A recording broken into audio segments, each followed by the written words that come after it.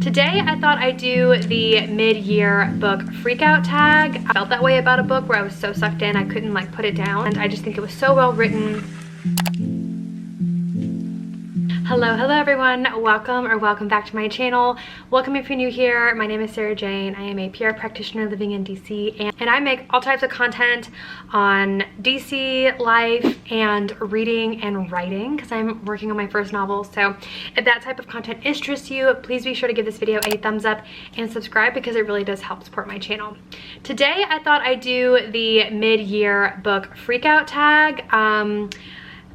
I really enjoy watching these types of videos and seeing what books people have read up to the middle of the year, what their favorites, what they didn't like, all that kind of jazz. So I thought this would be a really fun one to film for the channel. So far, I've read 47 books. Now my goal for the year 2024 was to actually read 50. So I'm way ahead of schedule, which is great and not a bad place to be. I just love reading. I read on average about 6 books a month, you know, give or take a few. That's kind of like my sweet spot. Also really quick before we get into the tag, I bought the Shark Flex Style from Amazon on Amazon Prime Day, and I think I really like it. So I curled my hair today using the Airwrap barrels that they have. So the Shark Flex is supposed to be a competitor to the Dyson Airwrap, and I just could not swallow having to pay like $500 for Dyson, and I've heard really good reviews about the Shark Flex Style. So this is what we're working with today. I think it would honestly look even better if I had hairspray. I didn't really have hairspray on me, so the curls are kind of falling flat. But so far, I'm not too mad about it. Not too bad. All right, let's go ahead and get into the tag. Question number 1 is the best book you've read so far this year, and for me, that is From Blood and Ash by Jennifer Armentrout. This is the first book in the series, and this is the first time I've ever read anything by her. We're essentially following Poppy, who is a maiden. This is a fantasy world. A maiden is someone who is supposed to be very innocent.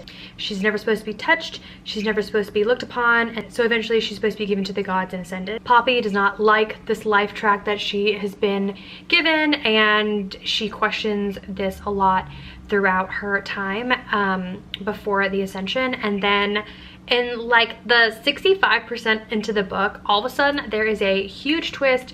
I had no idea that it was coming, and it completely reeled me in.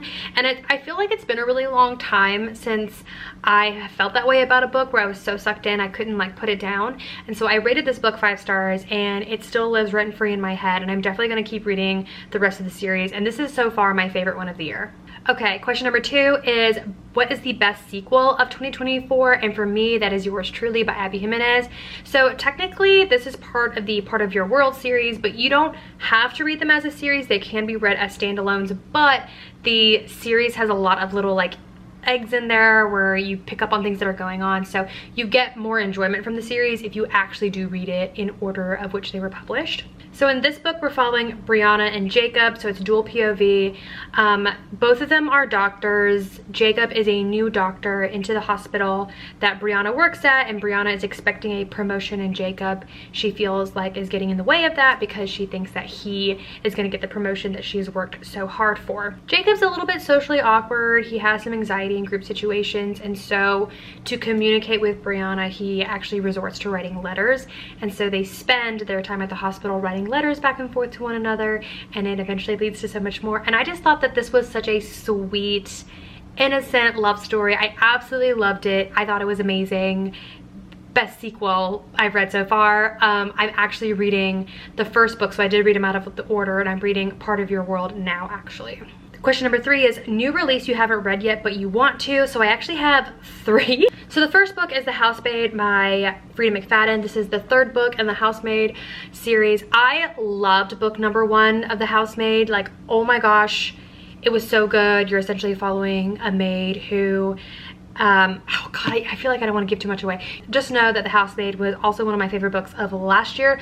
So when the 3rd book came out, I was really excited to get my hands on it. I bought it immediately, even though I haven't read it yet, and I'm hoping that it's as good as the first one, because I did not like the second one very much. The first one, I found out, actually is also really similar to The Last Mrs. Parrish by Liv Constantine, which I actually think that book came out either before, but I think The Housemaid just did it better. So I'm really interested to see how Millie kind of progresses in the storyline in this book. Next book I'm really excited to read this year is The Paradise Problem by Kristen Lauren. So I really liked The Honeymooners. I thought it was just such a fun, like, summer light read, and so this one kind of gave me similar vibes. So we're following Anna, who's married to Liam, but it's a marriage of convenience, not from love, but eventually they get to a point where they need to go in front of his family because he isn't actually allowed to claim some money that was left to him without him being married for 5 years. And so essentially that is the whole kind of premise. Anyways, I really like Kristen Lauren's book, so I'm really excited to read that one. This is new. And then the last one, I don't know if this actually came out this year or last year, but it's The Women by Kristen Hanna. So I did not want to read this book because I'm not really like a historical fiction girly.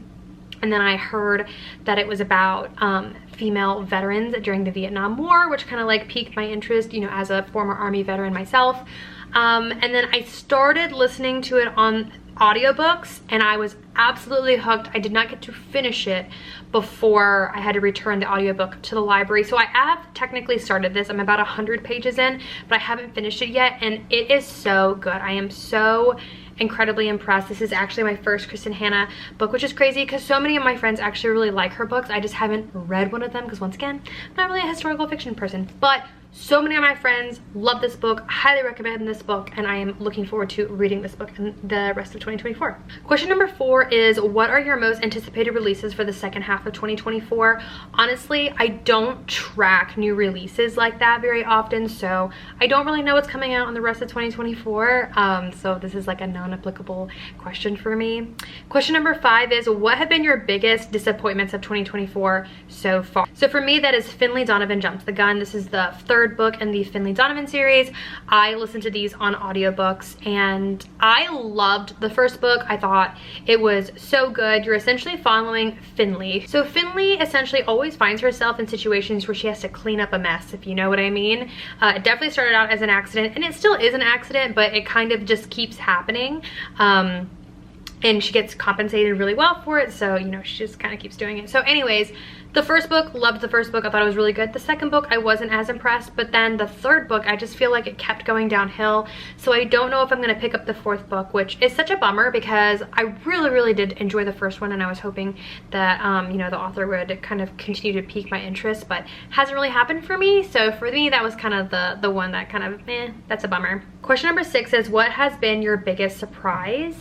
So essentially a book that you didn't think you would enjoy, but you ended up enjoying it, and that is It Ends With Us by Colleen Hoover, which is so crazy. So the girls in my book club read that book before I joined book club, and they did not like it at all. And so I was like, oh, I'm not going to read Colleen Hoover then because all of my friends in book club don't like it. Well, then I saw the movie was coming out and it has Blake Lively in it, and I love Blake Lively. So I was like, you know what, I'm going to read the book. Obviously the movie comes out next month, so I was like, okay, I need to read the book like now. And I did, and oh my god, it completely exceeded my expectations. I wish someone had given me a trigger warning that it has to do with domestic violence, because I was not expecting that. I was just kind of expecting sort of like a fluffy love story, but it is so good. I really like it. I already read the second book as well. I have high hopes for the movie. It is something that just completely blew me away. I was like, oh my god, this is actually really good. There's like depth and like emotions, and it's really hard to read, but I actually like really enjoy it. Question number 7 is, who are your new favorite authors? So for me, that is Isabel Ibanez. So this is What the River Knows.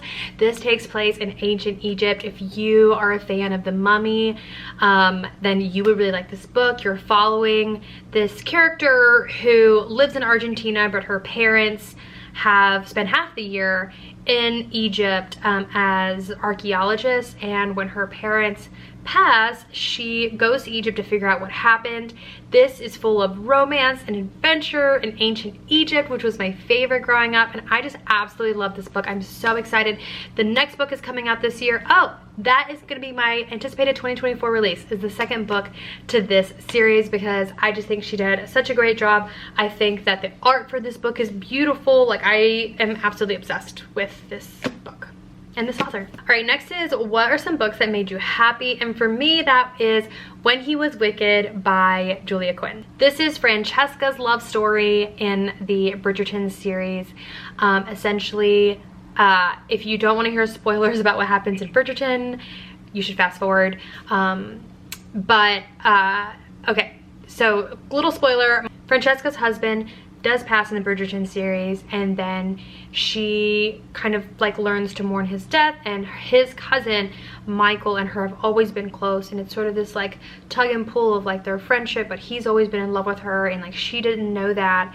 And so the Julia Quinn's pacing and tension within this book was so good. It was so well written, and I feel like this book speaks to so many women because Francesca deals with a lot of infertility and struggling to get pregnant, and you know, trying to forgive herself for falling in love maybe a second time, and a lot of these things that I just feel like are represented in a book that you don't see as frequently as some other tropes. And I just think it was so well written.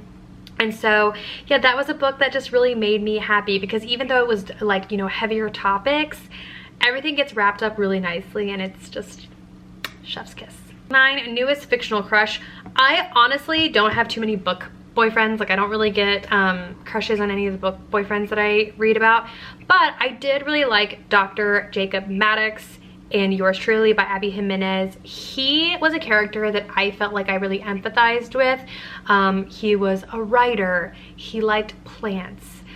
He was quiet. He got social anxiety. These are all like things that I feel like I really understand. I wouldn't say that I get social anxiety necessarily, but you know, going to meet new people or work in a new office can be really give someone a lot of anxiety. And so I just really enjoyed his character, and I think if I had to line up all the book boys, he would be the one that I'd be like most drawn to. Question number 10 is books that made me cry. I have not cried over a single book, but the one that made me feel the most was It Ends With Us by Colleen Hoover. Question number 11 is books that made you happy, and for me that is A Curse for True Love by Stephanie Garber. This is the third book in the Once Upon a Time trilogy, and I just loved it. Like I love the romance between Jack and Evangeline, and once again, this is an author who does a really good job of building up tension and, you know, keeping it like alive, and it's very fairy tale. I don't want to like talk about the book if you haven't read the first two books, because obviously it's the third one, and I don't want to give anything away, but Stephanie Garber just has this ability to create this beautiful, magical fairy tale world, and when I'm in that world with the characters, I just love it. I don't know, it just makes me happy. I really don't reread books too often, but I think I would reread the Once Upon a Time books. Like they just make me happy. Question 12 is favorite book to movie adaptation. Honestly, I don't have one, but maybe by the end of the year it'll be It Ends With Us. We'll see. Question 13 is favorite book post this year. I really don't do like extensive book posts on my Goodreads. Like I just live like a quick little blurb, so I really don't have anything to share there. The most beautiful book I bought this year, honestly, is once again A Curse for True Love. Like I think the art on this book is just absolutely gorgeous. Like if I ever did get to publish the novel I'm working on, whoever designed this book jacket, like I want to work with them. Like they just absolutely make art. And the last question is books that I really want to read by the end of the year, and I have two. So the first one is Verity by Colleen Hoover. Now my book club friends did really like Verity, and I have not read it yet, but I got this on like a super deal at the thrift shop, and so I went ahead and got it, and I am planning on reading it sometime this year, and I do want to get into it. And then the last one is The Servants of the Wings and Night, which is a Crown of Nyaxia novel, and it's by Carissa Broadbent. I don't know anything about this book, but everyone has highly recommended it to me if I like fantasy, which I do. I do really enjoy fantasy. So it seems like it has some vampires in it, which is interesting because I'm not really like a vampire girly, but once again, came highly recommended, so I really want to read it by the end of the year. So anyways, that is my 2024 mid-year book freakout tag.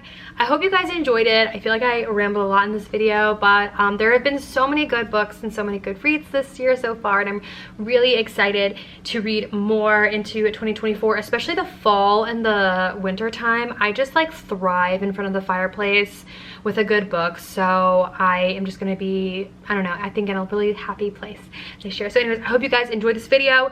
If you did, don't forget to give it a thumbs up and subscribe, because once again, it really does help support my channel, and I will talk to you guys in another one. Bye.